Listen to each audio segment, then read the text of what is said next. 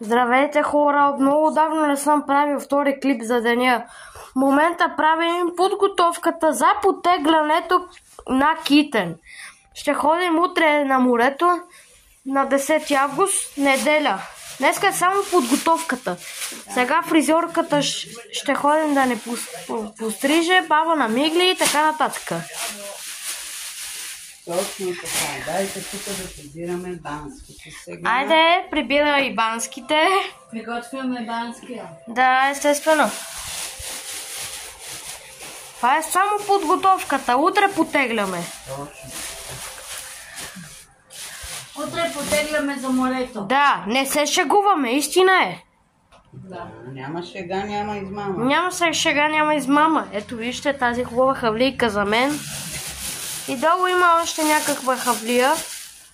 Да. Три са една. Та е за мен. Тази е за деде сигурно. Деде е на песък. Да, това е на дедо хавлията с корабчето и тази е твоята. Коя е? Ето я. Твоята с папагалите. А на валката коя си избира? Ето тази.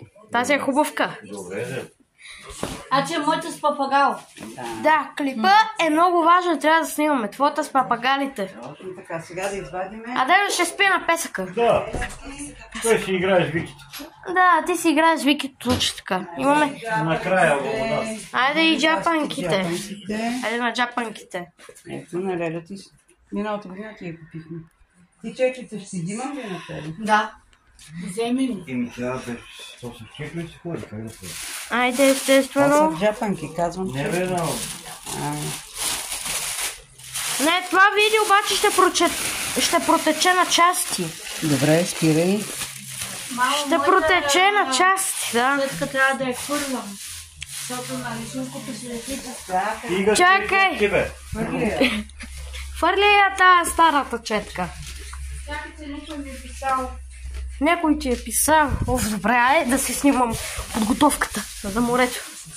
Така, тук са слънцезащитните работи. Да, къде е слънцезащитна йота? Ето ги.